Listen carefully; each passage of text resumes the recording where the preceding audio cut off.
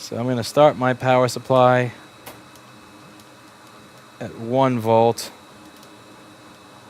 And at 1 volt, it's drawing 0.003 amps. We're going to turn this thing up.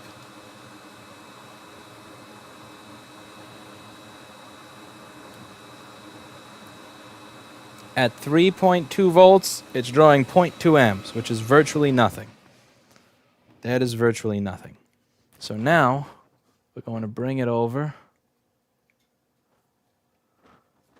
to the thermal camera.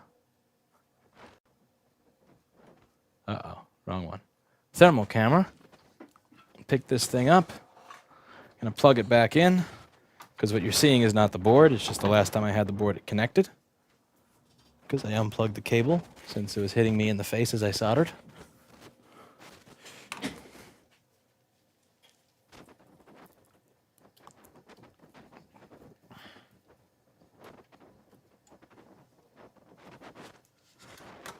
Okay. That's my hand. Okay, let's move this camera into place.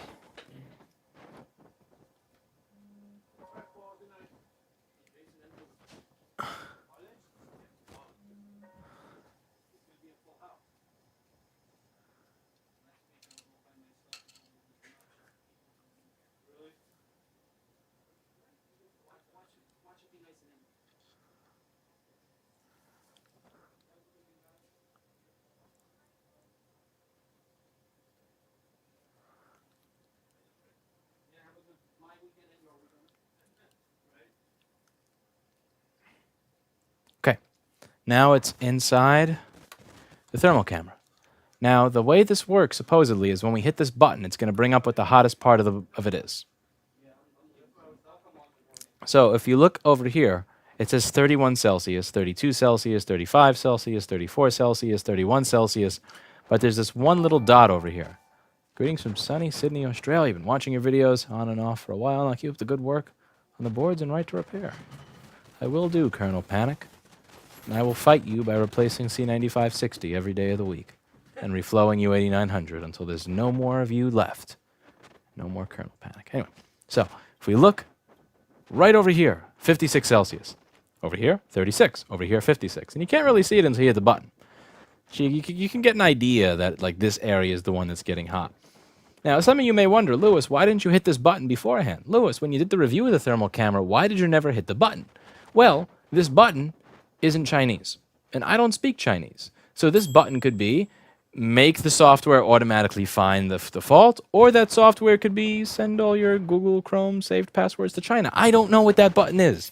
Since I don't know what that button is, when I did the review of the station, I didn't hit it. And I would suggest that if you're selling a piece of software and hardware for $900 and you're trying to sell it to people who speak English, that if you have one button that is going to change the software and you have this revolutionary feature that makes everything simple, easy, breezy, beautiful cover girl, that you make sure that maybe that's the button that you put in English. Not, the rest of this, like, okay, palette, screen mode, I don't care. But the button that's magically find what's wrong, maybe that not be the button that's in a foreign language. Just saying. Anyway, but as we go back to the board, 34 Celsius. Right over here we got 55 Celsius. That's very obviously where the short is located.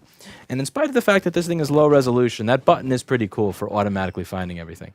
I do think of this thermal camera in a much better light after having this button, the magic button. As you can see, when I hit the magic button, and you can see where to find this camera if you check out the $900 thermal camera review video that I did. There's a link there.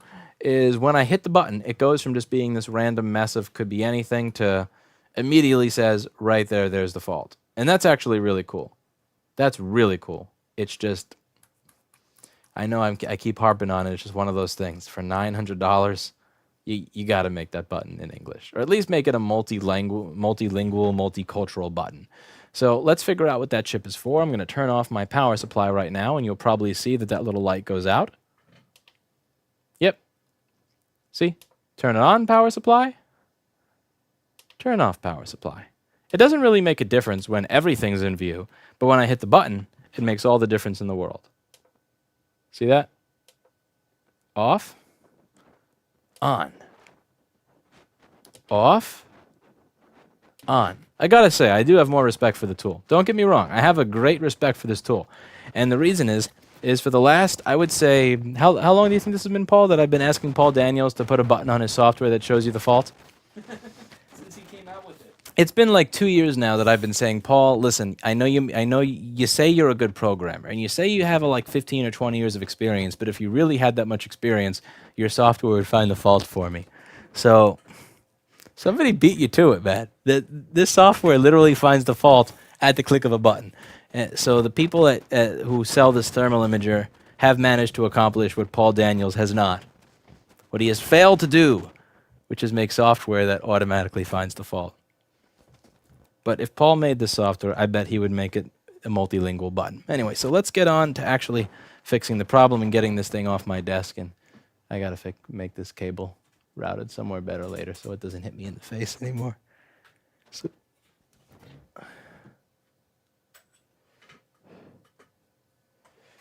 we do this.